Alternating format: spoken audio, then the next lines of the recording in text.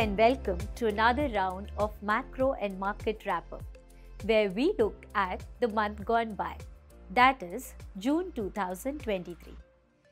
It was an interesting one with a strong rally in equity market. US S&P has risen 14% this year, seeming to have brushed off all the recent concerns. Excitement about artificial intelligence has lit a fire under the companies seen as potential beneficiaries. But what is fascinating is ultra-low volatility in the US equity market as measured by VIX index, while the MOVE index, which measures the 1-month implied volatility of US bonds, has remained elevated. In any event, it is much easier to embrace an equity rally when bond markets are pointing in the same direction. Unfortunately, presently, the US Treasury market has remained non-committal. Typically, we have seen equity market catch up to the bond market signals. Could this happen again this time? Only time will tell. But this financial market resilience could further embolden Fed to continue with higher for longer, which doesn't bode well for equities. It was the first time in 14-15 months that Fed did not raise rate in its June policy meeting, but raised their guidance for 2 more hikes in 4 policies remaining for this year.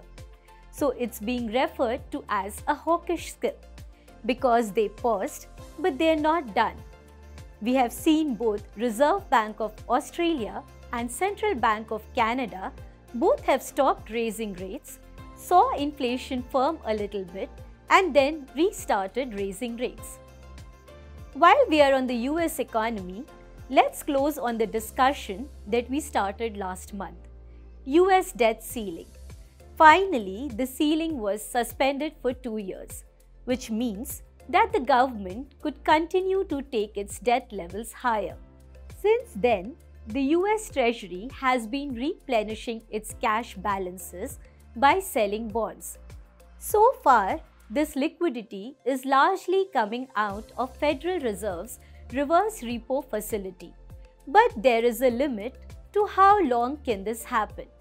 The question of how the prospective US $4 trillion increase in government debt will get funded remains unanswered. Over the next 2 years, will US Treasuries crowd out most other investments? After a long lull on Russia-Ukraine front, we had a week of exciting news coming out of the region.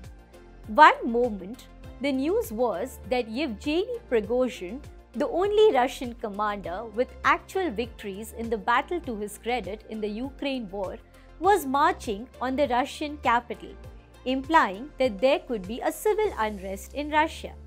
The next, it was that Prigozhin was in Belarus, 100 miles from Kyiv.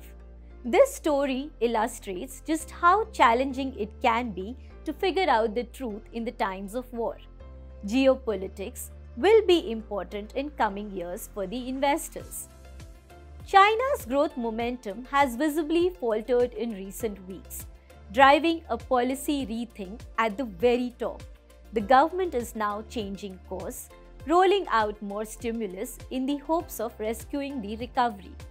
Growth expectations for 2023 are getting revised downward from plus 6% at the start of the year to 5.5% now.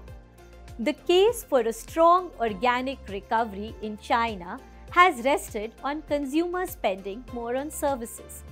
This has duly happened, but the drag from manufacturing and construction activity is still very pronounced. Overall, if we look at the region-wise activity, US activity momentum has seen a marginal improvement, or it has broadly flatlined, thus delaying the thesis of recession. On the other hand, Europe and China has negatively surprised on the activity side in June. In India, activities are broadly in line with expectation. They are holding up for now, though external demand and demand for consumer discretionary is weakening sequentially. Indian equity market rallied too, with much sharper rally in small and mid-cap. This contrasts with the US equity. FIIs have bought heavily in the Indian market last month. But this once again makes the valuations more expensive. Given the near-term revenue growth is at significant risk of moderation, monetary easing has yet not commenced, the risks to equity market remains. It is highly possible that such a positive momentum could continue for some more time. But in reality, it is difficult to make a very strong case for Indian equities. If you would remember from our earlier month's commentary, we had been harping on the fact that valuations were in greater favor of broader market rally, and this is how it has been playing out. Now, the trend that is reflected in the past few weeks reflects an improvement in the broader market. A continuation of this trend should augur well for the bottom-up stock picking. Coming to the fixed income market, while the rate hikes may still be left for the key developed market, emerging markets appear to be broadly done with the rate hikes. Few have commenced easing and few are expected to cut rates this year, thus disengaging from the US rate cycle.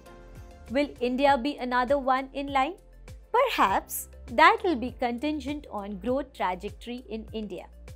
RBI had left the rates unchanged in the April and June policy. If there is no meaningful growth weakness in India, RBI will not be in a hurry to ease rates. We expect an unchanged rate throughout 2023. We expect that liquidity operations would continue to take precedence over the coming quarters. Bond yields could stay sideways in the near term, but beyond that, we remain constructive on the fixed income with visibility on real returns and the peak of current rate hiking cycle. Signing off for this month. Thank you. Mutual fund investments are subject to market risks. Read all scheme-related documents carefully.